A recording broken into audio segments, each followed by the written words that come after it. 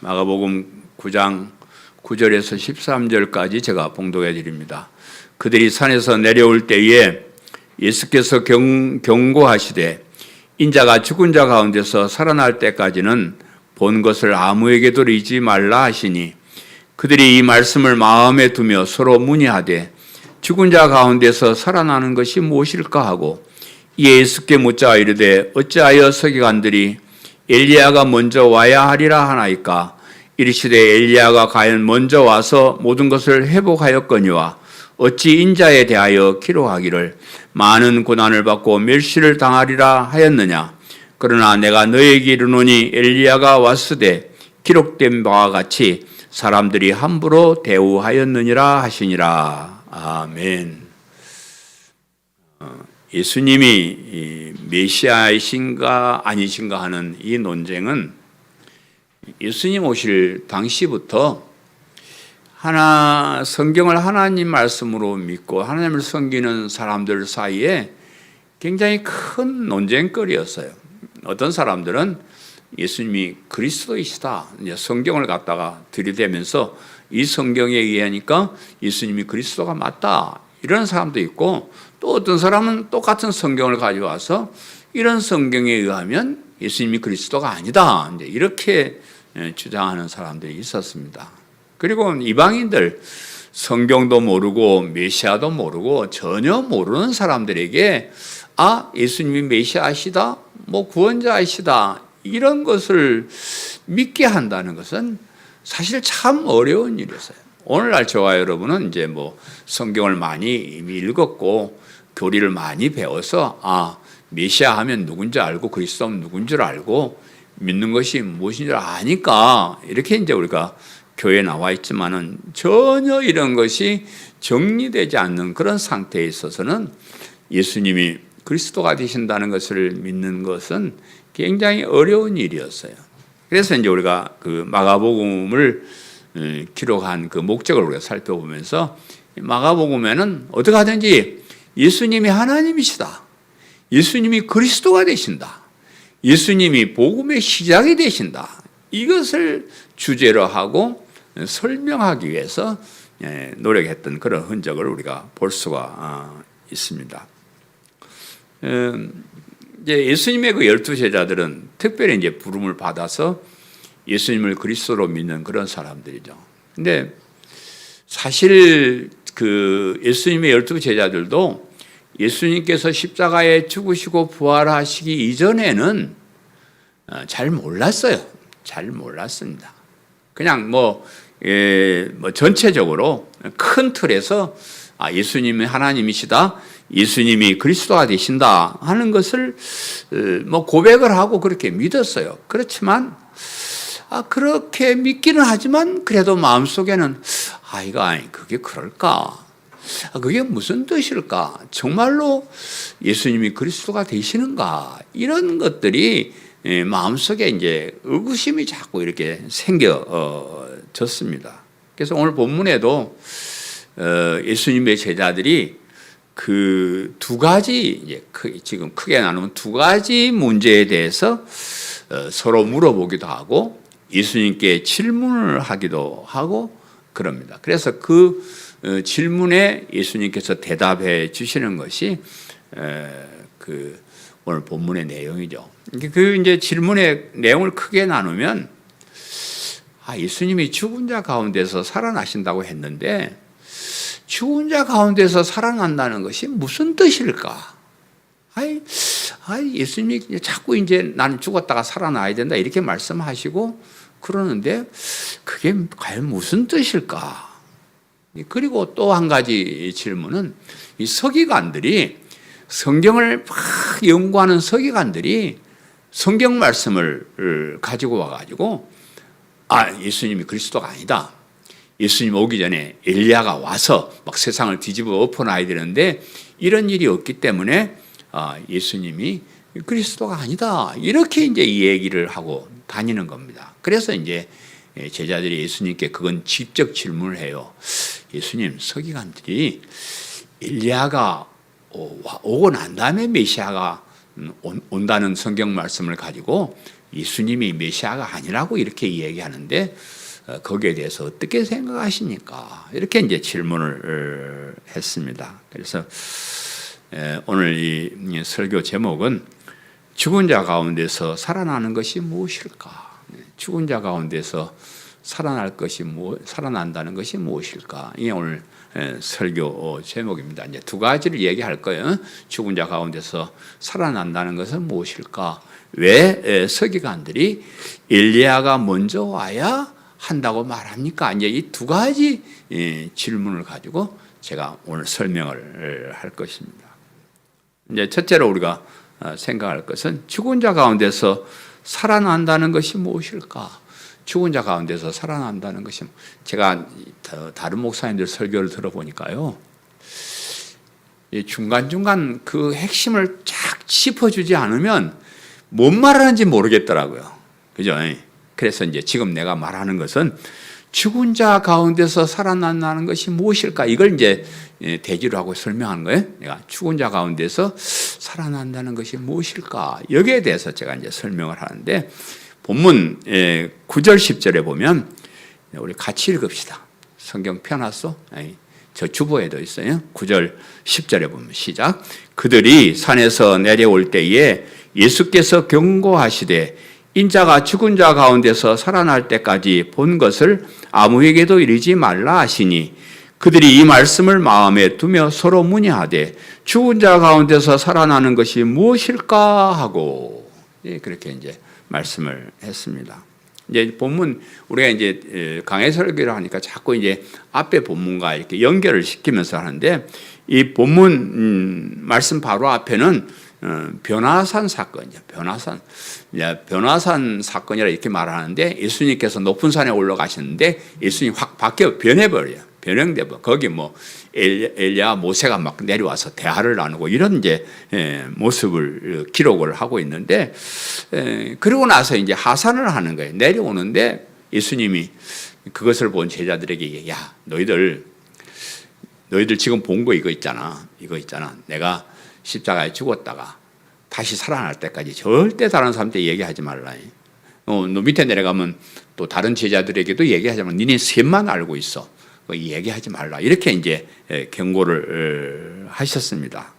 그래서 그 말씀을 마음에 두고, 예수님께서 내가 죽은 자 가운데 살아난다. 이제 그렇게 말씀하셨는데 제자들이, 죽은 자 가운데서 살아난다는 것이 무슨 뜻일까? 이건 예수님께 질문을 하지 않고 서로에게, 세 사람이 서로 돌아가면서 서로에게 이렇게 물어보는 겁니다. 근데 이 질문만 가지고 뭘 물어보는 건지 잘 이해가 안 되는데, 그래서 이제 핸드릭슨이라는 주석을 제가 보는데, 그 주석가가 말하기를 그 말이 이런 뜻일 것이다 이렇게 추측을 한 내용이 거기 기록되어 있는데, 이렇게 얘기해. 베드로요, 이 말씀이, 즉 죽고 산다는 말씀이 무슨 뜻이라고 생각이 됩니까? 이렇게 묻는 거예요.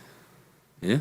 그리고 요한이요, 당신은 그 말씀이 마지막 날에 있을 부활을 가리킨다고 생각하십니까? 이게 예수님 죽고 산다는데 이게 부활 말하는 겁니까?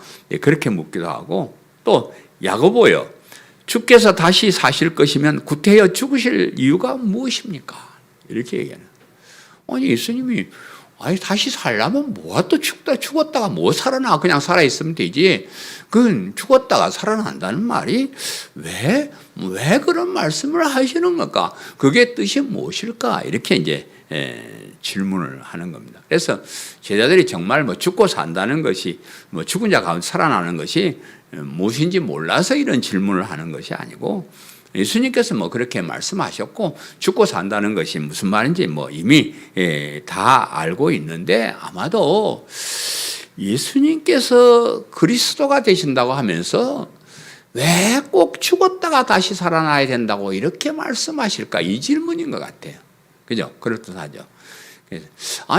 그냥 사시면 되지. 왜 죽었다가 살아난다고 자꾸 이렇게 말씀을 하실까? 그래서 이제, 왜냐 그러면 그때까지 예수님 제자들의 생각에 있는 메시아와는 다른 거예요. 뭐 죽었다 살아나고 뭐 영원한 세상에서 이런 메시아가 아니고 이 땅에서 이 나라를 정복하고 이 나라를 다스리고 왕이 되고 그래서 자기들 거기서 한자리 하고 이런 메시아관을 가지고 있었기 때문에 자기들이 생각하는 건 너무 다른 거예요. 왜 그냥 살아서 빨리빨리 그냥 쳐부시고 막 나라 일으키고 이러면 되지 뭘 죽었다가 살아난다냐 이렇게 이제 서로에게 질문을 한 겁니다. 그래서 이 질문에 대해서 우리가 스스로가 한번 생각을 해봐야 된다고 생각해요. 예수님께서 대답을 안 해주셨고 예수님께도 안 물어봤으니까 우리 스스로 한번 생각을 해봐야 되는데 제가 그 생각할 때 인생에 있어서 가장 중요한 문제가 무엇일까? 인생에 있어서 가장 중요한 문제가 무엇일까? 이런 질문을 우리가 한번 해봐야 된다고 생각해요.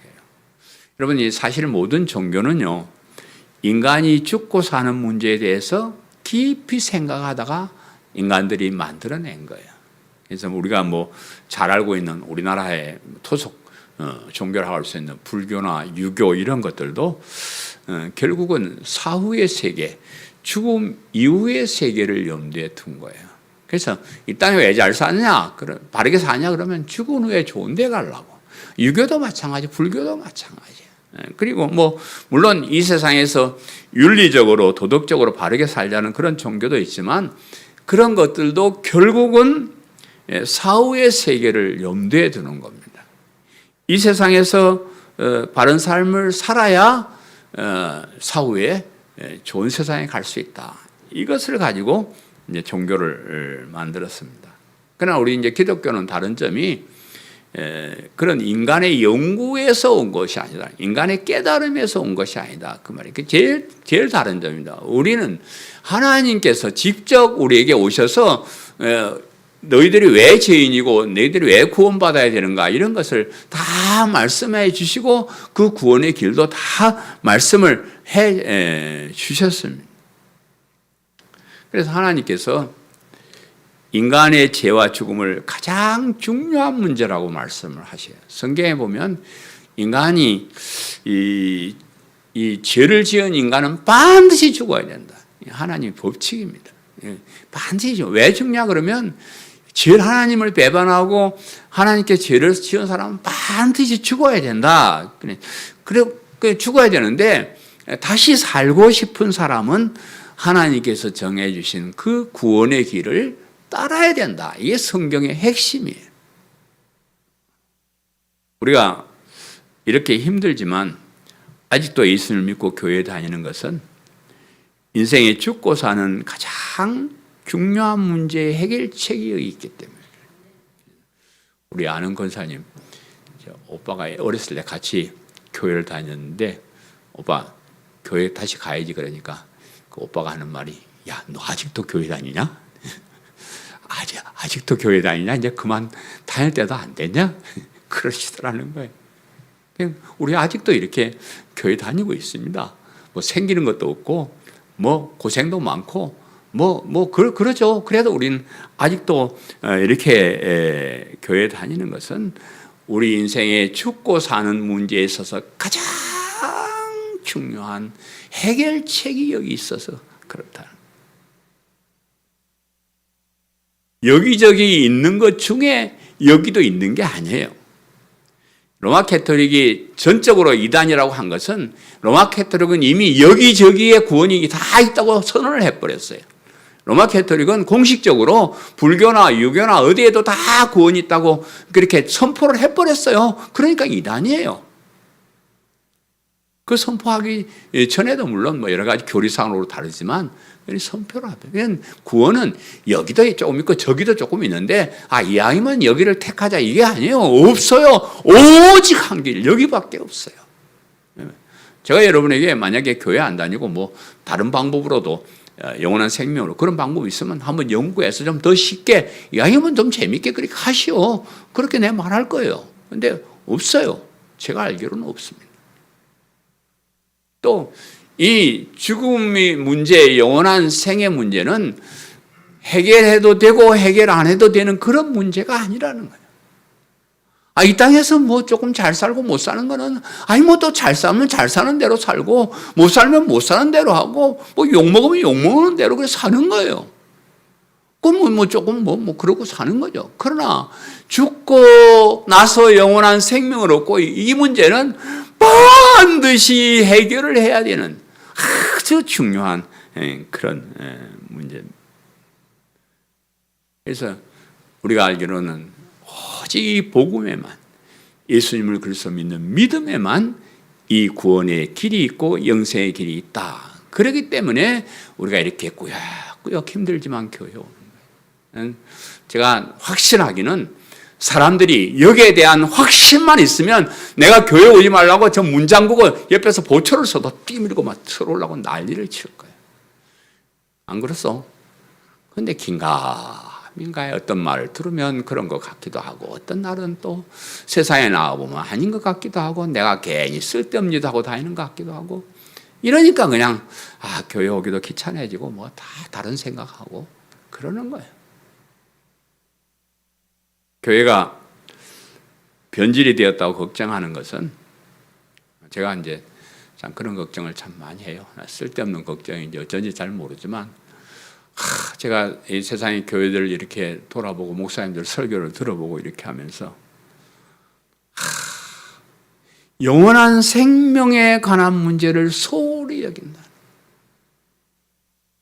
너무 중요한데, 이게 교회 다니는 핵심인데, 이건 어디다 갖다가 보따리 싸가지고 처박아 놓고 뭐 몰라요, 없어요, 잘 얘기 안 해요. 오히려 이 세상에서 바르게 살자, 행복하게 살자, 잘 살자, 이런 얘기만 잔뜩 해요. 사람들은요, 내일 죽더라도 오늘까지는 죽는 문제에 대해서 생각을 하려고 하지 않아요. 어차피 우리가 다 하루하루 죽어가는 거고요. 오는 거는 순서가 있어도 가는 건 순서가 없어. 그냥 젊어서도 죽기도 하고 다 그래요. 그런데 그거 걱정 해요. 그냥 죽을 때 죽는 거지. 그래, 관심이 없어서 그냥 오늘 사는 날까지는 그런 생각하지 말고, 이거 죽을 때 죽더라도 오늘 행복하게 재밌게 살지, 맨날 죽으면 어쩔까 그런 걱정 왜 하냐고. 그래서 재밌게 사는 거요. 그 말도 그럴듯해요. 우리가 맨날 살면서 내일 죽을까 모레 죽을까 어찌 죽을까 그 걱정 뭐하러 해요.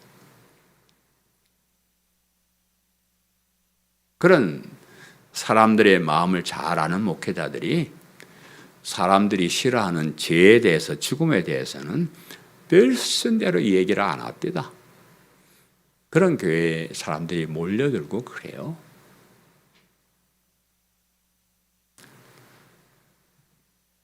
근데 사람이 노력해서 모든 사람들이 다 행복하고 언제까지나 잘 살게 된다면 무슨 걱정을 하겠어요. 그런데요, 아무리 노력을 해도요, 인간은 똑바로 안 사라집니다. 저 목사잖아요. 순교자의 후손이잖아요. 또 비교적 제가 착하잖아요. 저도 나쁜 마음 생기고 죄짓고 그래요. 안 됩니다. 안 되니까 예수님이 오셔서 십자가에 죽으신 거예요. 그 안 되는 일을 왜 자꾸 똑바로 살고 착하게 살아서 의로운 사람 되자 이래서 썩은 하나님을 무시하는 거예요.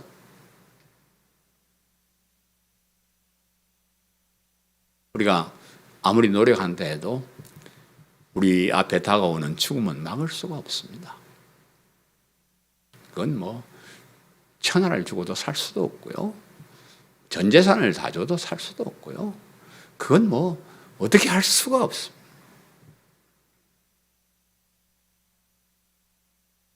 요즘 이제 그 뜻깊은 사람들이 하는 말이, 옛날엔 잘 사는 웰빙 잘 살아야 된다 하는 그런 얘기를 했는데, 요즘은 잘 죽는 웰다잉 잘 죽어야 된다 이렇게 이제 말을 하고 다니는 사람들이 있는데, 웰빙이나 웰다잉 이거는 기독교적인 용어는 아니에요.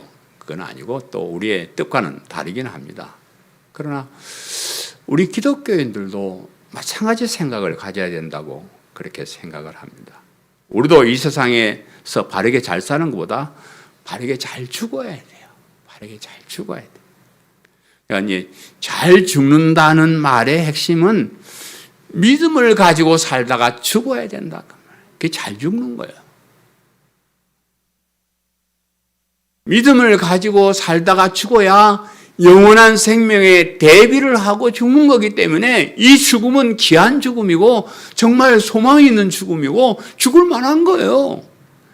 그런데 그 죽음에 대한 대비가 없이 영원한 생명에 대한 준비가 없이 그냥 죽는다는 것은 참 허무한 것이고요. 참 불쌍한 거예요. 그런 대비 없이 이 땅에서 뭐 잘 먹고 잘 살고 좋은 일 첫날 만날에도 아무 소용이 없습니다. 우리가 이 세상에서 진짜 잘 사는 것은 잘 죽는 거예요. 정말 죽음 이후에 그 세계를 위해서 예수님을 그리스도로 믿으면서 죽는 거예요.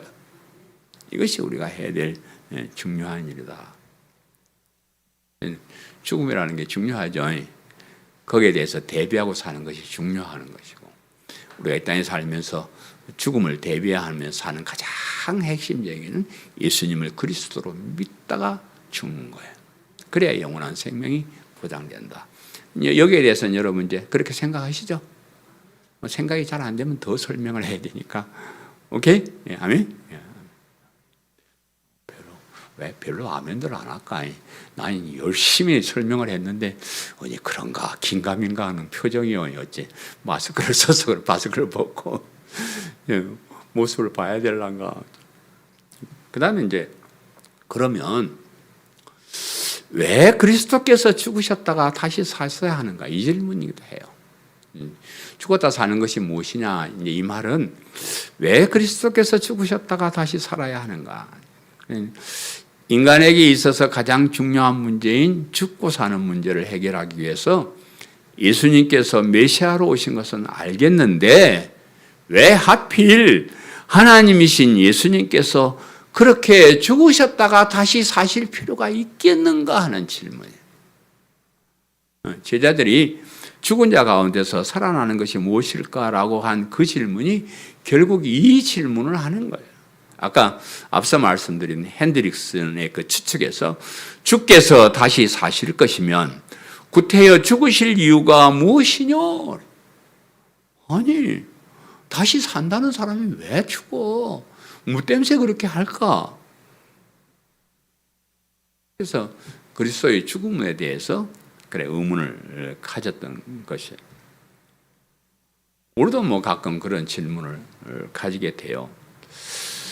그리스도께서 왜 그렇게 비참하게 죽으심으로 우리를 구원하려고 했을까? 뭐 제가 자주 하는 말, 쉽게 용서해 주면 되죠. 하나님이 마음대로 할 수 있는데, 야, 전부 집합, 너희들 지금까지 지은 죄는 내가 싹 용서해 준다. 근데 앞으로 똑바로 살아라. 이러시면 될 거 안 같아요? 그럼 되지. 뭘 하나님이 와가지고 십자가에 대신 죽고 부활하고 뭐 그랬었냐는 거예요. 그리고 뭐 그거 좀 싫으면, 이 세상 사람들 그냥 노아 홍수 때처럼 뭐 8명도 살려놓지 말고 그냥 싹 다 그냥 몰살시켜 죽여버리고, 이제 물로는 다시 심판 안 한다고 약속했으니까 불을 태워가지고 뭐 핵폭탄을 터뜨리든지 어째가지고 그냥 지구를 그냥 싹 없애버리고, 다른 지구 하나 만들어서 거기서 하나님 마음에 드는 사람 다 다시 창조해가지고 중시어 차례 훈련 잘해가지고 그 사람들 데리고 살면 되지. 뭐 하려고 이렇게 속 썩이고 골치 아프고 아이 배반하고 이런 놈들을 갖다가 그런 방법으로 구원하셨을까? 왜 그렇게 어려운 길을 택하셨을까? 혹시 여기 해답이 있으신 분 저한테 좀 얘기해 주세요. 난 잘 모르겠어요.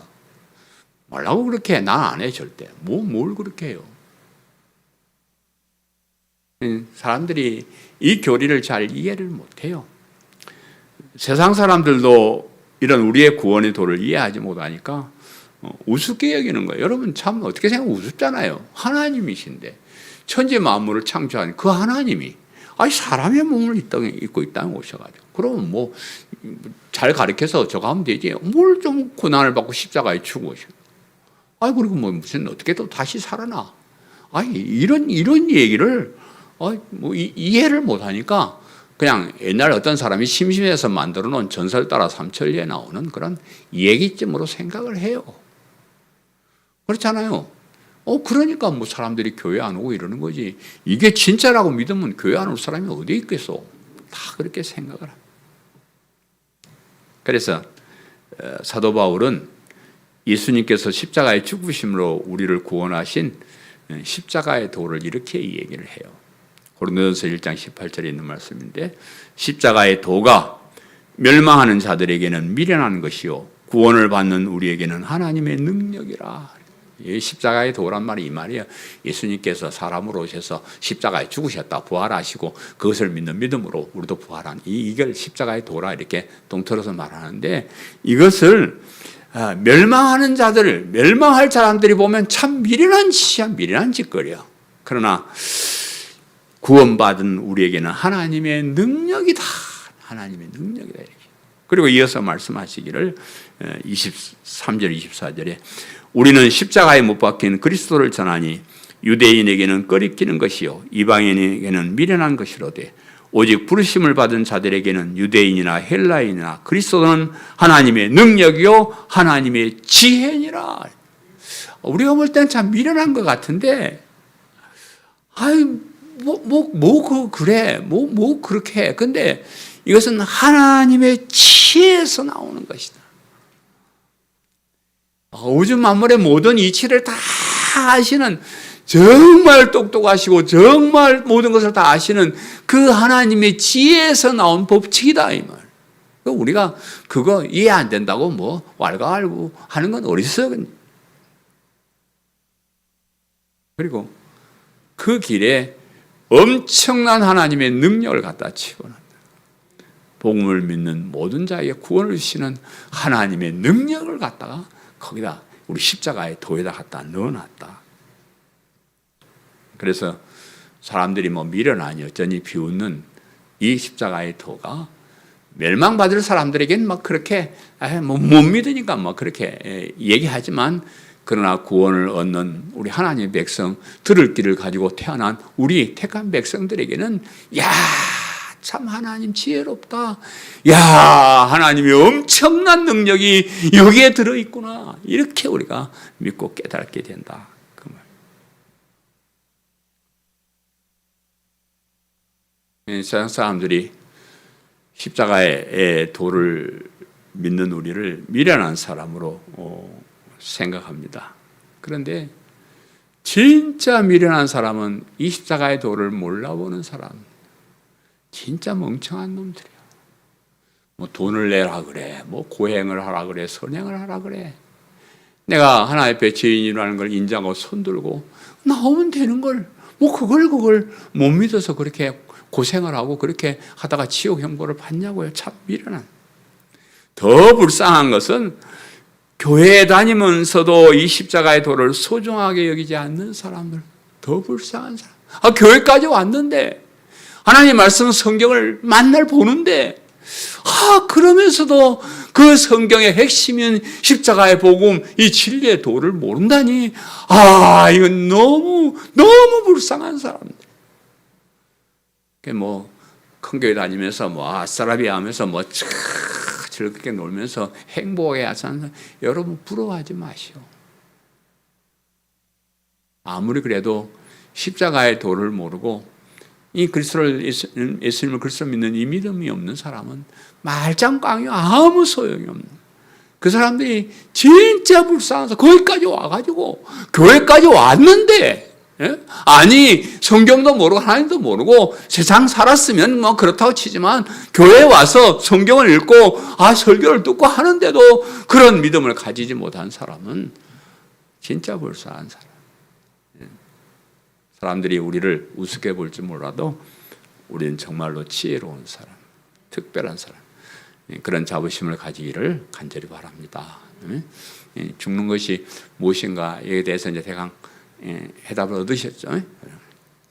두 번째로, 어찌하여 서기관들이 엘리야가 먼저 와야 하리까 하나이까. 이 말은 이제 우리는 예수님이 메시아인 줄 믿겠는데 성경을 연구한 서기관 저놈들이 어째서 자꾸 엘리야를 핑계대가지고 예수님이 그리스도가 아닙니까? 라고 외치고 다닙니까? 이걸 질문하는 거예요. 보면 11절 13절 조금 지루하기 시작하면 같이 또 읽읍시다. 본문 11절 13절 시작. 예수께 묻자와 이르되 어찌하여 서기관들이 엘리야가 먼저 와야 하리라 하나이까.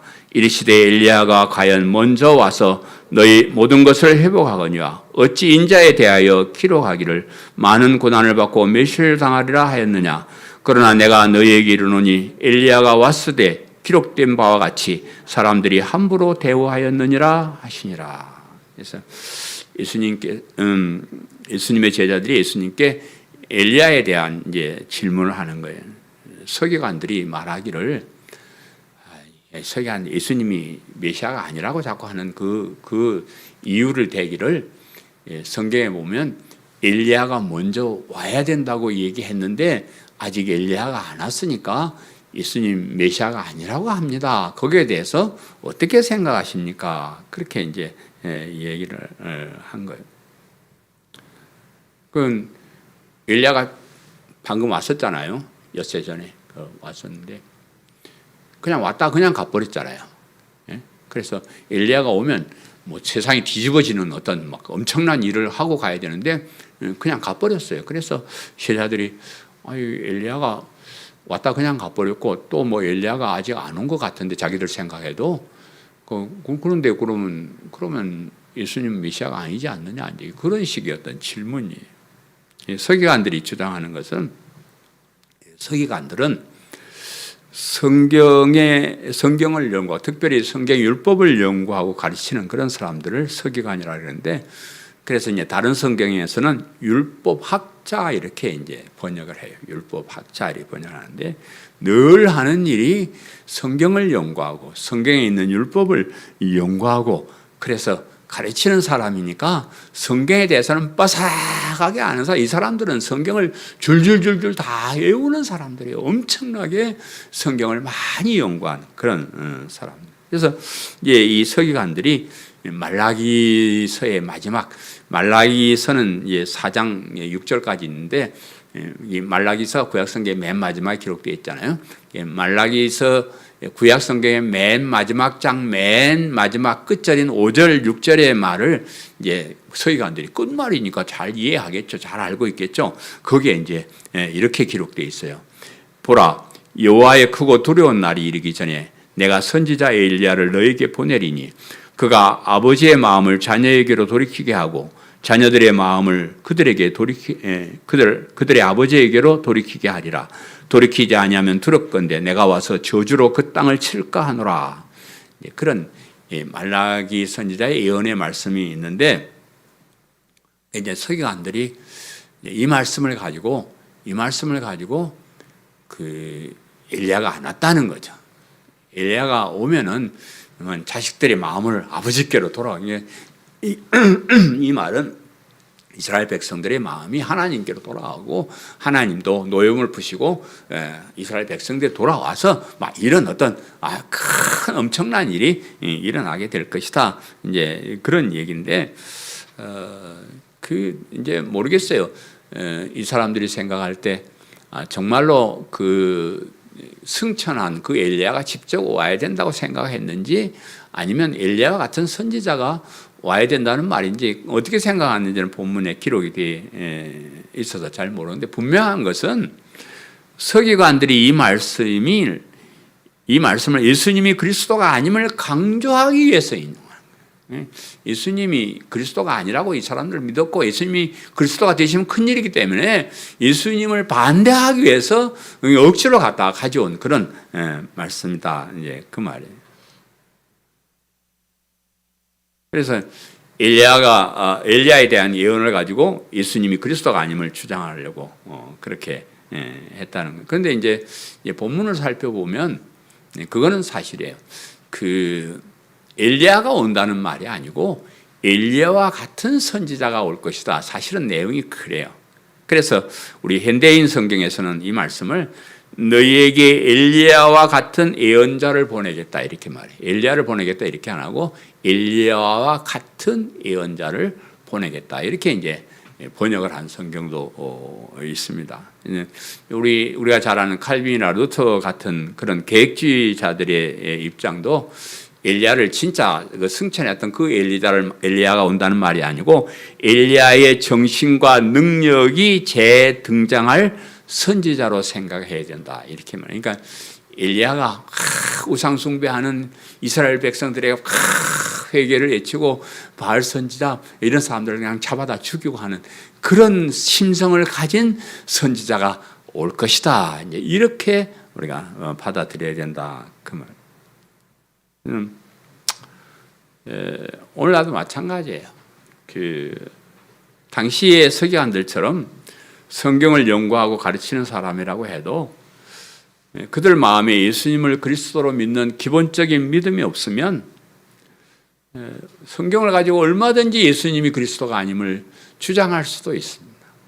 성경은 내 멋대로 해석을 하면 5만 가지로 다 해석을 할 수 있기 때문에 예수님이 그리스도십니다 하는 그런 믿음이 있는 사람에게는 성경을 찾아보면 어디든지 그게 다 나오는 거예요. 근데 그걸 반대하는 사람은 또 어디든지 뒤져보면 또 반대할 만한 그런 오해할 만한 그런 얘기들이 많이 있습니다.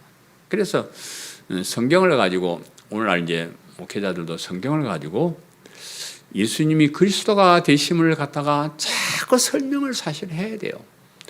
모든 성경이 직접적으로 간접적으로 그걸 얘기하는 거고 또 우리는 예수님을 그리스도 믿는 믿음이 얼마나 소중한 줄 알기 때문에 저는 성경만 보면 이것도 그 말이네, 이 말씀도 그 말씀이네 이렇게 이해가 되고 해석이 되고 설교가 돼요. 그런데 마음에 그 예수님을 그리스도 믿는 그 믿음이 근본적으로 없는 사람은 성경 가지고 딴 얘기를 자꾸 하게 돼요. 뭐 예수님을 그저 윤리나 도덕이나 가르치고 선한 일, 좋은 일을 하는 데 있어서 모범적인 사람, 우리 예수님을 따라 살아야 된다. 예수님처럼 착하게 그렇게 살아야 된다. 이렇게 이제 예수님에 대해서 예수님 말씀을 가지고 가르치기도 하고 또 뭐 예수님 십자가에 죽으셨잖아. 우리도 다른 사람을 위해서 희생하고 헌신하는 막 그런 삶을 살아야 된다. 이렇게 이제 또 이런 말씀을 가지고 가르치기도 하고 또 뭐 예수님 막 성경에 봐라. 예수님은 귀신 쫓아내고 병 고쳐주고 막 이런 일 했잖아. 우리도 막 그런 일을 해야 된다. 이렇게 이제 가르치기도 하고 그렇습니다. 그렇게 써있으니까, 그런, 원래 성경의 목적을 모르고 그냥 거기만 이렇게 쳐다보면, 그렇게 해석할 수도 있어요. 그렇게 얘기를 하는 거예요. 예수님이 그리스도가 되심을 부인하는 사람은 모두가 거짓 선생이나 이단입니다. 다른 복음을 전하는 사람은 저주받을 거짓 선생이 이단입니다. 뿐만 아니라 예수님이 그리스도가 되심보다 다른 것들을 더 소중하게 픽대를 올리면서 얘기하는 사람은 그것도 거짓 선생이라 이단이요. 저는 그 목사님들 설교를 들으면서 그래요. 예수님이 그리스도가 된다. 믿으면 구원받나. 이거 가지고 이랬으면 좋겠는데 그거 아니고 뭐 이웃을 사랑하고 똑바로 살고 좋게 살자. 잊지 못할 그 감리교 교수한 사람들, 있을지도 모르는 피 안의 세계에 대해서 왈가왈부하지 말고 이 땅에 눈에 보이는 서로 형제 자매들끼리 사랑하고 나눠주며 삽시다. 눈물 줄줄. 그런 사람도 있어요. 그런 사람도 있어요. 있을지도 모르는 피 안의 세계를라고 하면서 그 사람이 신학자고 목사요. 그런 사람도 있다니까요. 이단입니다. 거짓 선생입니다.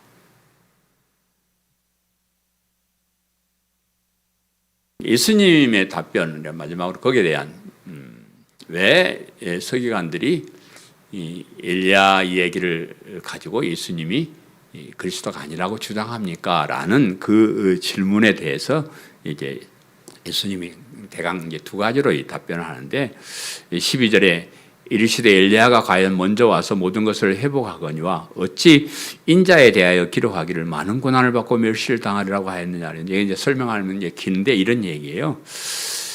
너희들 메시아에 대해서 얘기를 하면서 성경에서 메시아는 이런 분이다, 이렇게 오신다, 이런 것을 인용해가지고 하면 얼마든지 하는데 메시아도 아닌 그냥 메시아의 길을 안내하는 엘리야의 얘기 가지고 왜 자꾸 그런 거 가지고 그 뭐 쓸데없는 거 가지고 그렇게 시비를 하느냐 이 말이에요.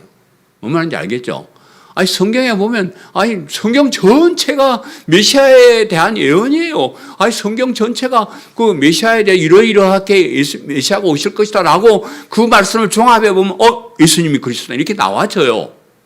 그냥 우리가 주장하는 것이 아니고 구약 성경 전체를 잘 해석해서 내려오면 예수님이 메시아가 되심을 확실하게 알 수 있는데 왜 그런 많은 말씀들을 다 제껴놓고 무슨 엘리야의 얘기 가져와가지고 시비를 하느냐. 이것이 첫 번째 대답입니다. 또 하나는 엘리야가 이미 세상에 왔다. 엘리야가 세상에 왔다. 그렇게 얘기를 하는 겁니다. 엘리야가 같은 선지자가 이미 와서 활동을 했는데 사람들이 그것을 중요하게 여기지 않고 함부로 대했다. 그래서 결론적으로 말하면 그 엘리야와 같은 선지자는 세례 요한을 말하는 것이다. 세례 요한이 이미 왔잖아요. 맞죠? 그래서 그 마태복음에는 이것을 확실하게 적어놔요. 마가복음에는 같은 사건을 기록하면서 마가복음은 기록 안 하는데 마태복음은 이렇게 기록합니다. 마태복음 17장에 내가 너에게 말하노니 엘리야가 이미 왔으되 사람들이 알지 못하고 임으로 대우하였도다. 인자가 이와 같이 그들에게 고난을 받으리라 하시니 그제서야 제자들이 예수께서 말씀하신 것이 세례 요한인 줄을 깨달으니라. 예수님 말씀하니 뭐예요? 엘리야 얘기했잖아요. 엘리야가 이미 왔다. 그것을 그제서야 제자들이 세례 요한이고 세례 요한이 이미 왔잖아요. 예수님 오시기 전에 세례 요한이 먼저 와서 회개를 외쳤습니다. 회개를 외쳐서 많은 사람들이 요한에게 나와서 세례를 받고 예수님을 만나고 그리스도를 알게 되고 그런 역사가 이미 일어났다는 거예요. 근데 사람들이 그걸 못 보고 이제 그런 핑계를 대는 겁니다. 서기관들이 그렇게 성경을 많이 연구했지만은 엘리야의 얘기도 잘 들어보면 세례 요한을 바로 이렇게 연결시킬 수 있는데 그 사람들은 일부러 그렇게 안 하는 거예요. 일부러 안 하는 겁니다. 왜냐 그러면 자기들 밥줄 때문에 자기를 어떻게 해서 서기관 되고 어떻게 장로가 되고 어떻게 해서 제사장이 됐는데 이제 먹고 살만하고 잘 사는데 그 예수님을 그런 거 다 없애버리고 예수님을 믿는 믿음으로 가야 된다 이래버리니까 얘들이 결사적으로 반대하는 거예요. 그래서 성경을 억지로 해석해가지고 엘리야가 왔냐 안 왔니 쓸데없는 얘기만 하면 그렇게 하는 겁니다. 예수님께서 서기관들과 바리새인을 꾸짖으신 그 말씀이 제가 가슴에 남습니다. 마태복음 23장 15절에 화 있을진저 애시가는 서기관들과 바리새인들이여 너희는 교인 한 사람을 얻기 위하여 바다와 육지를 두루다니다가 생기면 너희보다 배나 더 지옥 자식이 되게 하는도다. 오늘날 우리 목회자들에게 하는 말 같아서 내 가슴이 아파요. 밖에 나가서 전도한다, 우리 교회 오면 복 받고 잘 산다, 이렇게 데려다 놓고 그 사람들에게 예수님이 그리스도가 되심을 가르치고 믿음을 가르쳐서 천국 백성이 되어야 되는데 잔뜩 모아놓고 오히려 지옥 백성이 되게 하는도다. 오히려 지옥 백성이 되게 하는. 복음을 전하지 않고 복음을 무시하는. 이 땅에서 잘 사는 것을 얘기했었는 이 변질된 한국 교회를 향해서 하신 말씀이라고 저는 들려집니다. 교회는 지옥으로 달려가는 사람들, 사탄의 종이 되어 있는 사람들을 불러들여서 하나님의 자녀가 돼서 영원한 천국으로 올려보내는 이 교회 사명인데 실컷 끌고 와가지고 오히려 더 지옥에 들어가게 만드는 이게 무슨 교회냐 이 말.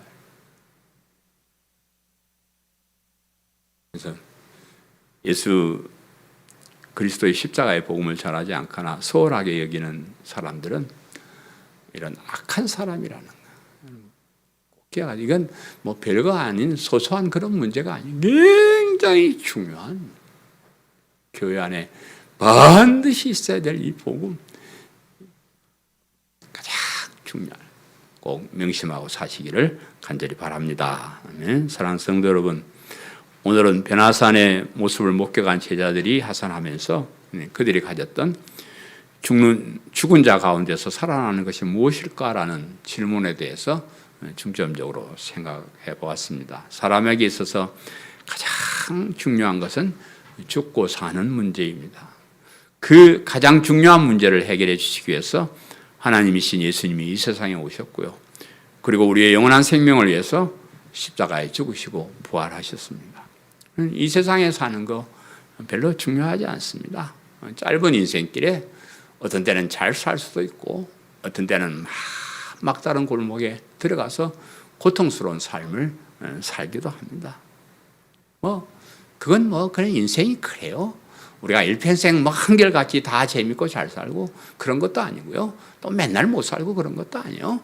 이렇게 저렇게 사는 건 별 중요한 것이 아니에요. 정말 중요한 것은 영원한 생명을 위해서 우리가 어떤 준비를 하고 사느냐. 그게 정말 중요해요. 그래서 예수님을 그리스도 믿는 믿음을 가지고 멋진 죽음을 맞이할 때 영원한 생명을 차지하는 정말로 중요한 문제라는 것을 잊지 마시기를 바라고요. 이 세상 끝날 때까지 어떤 어려움이 있어도 예수님을 그리스도 믿는 이 믿음을 소중하게 여기고 끝까지 지키고 믿음으로 승리하셨다가 우리의 죽음이 영광스러운 죽음이 돼서 영원한 천국에서 새로운 삶을 시작하는 그런 멋있는 죽음이 될 수 있도록 일평생 믿음으로 사시기를 간절히 바랍니다. 아멘. 말씀을 생각하면서 통성으로 기도하겠습니다. 나의 소망 되신 주, 내 옆에 늘 계시니 내 마음의 꽃들을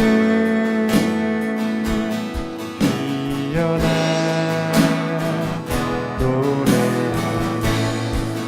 나의 소망 되신 주, 나의 소망 되신 주, 내 곁에 늘 계시니 내 마음의 샘물을 기쁨에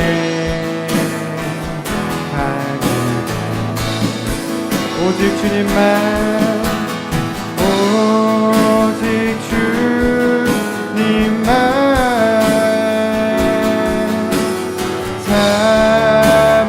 사모합니다. 오직 주님만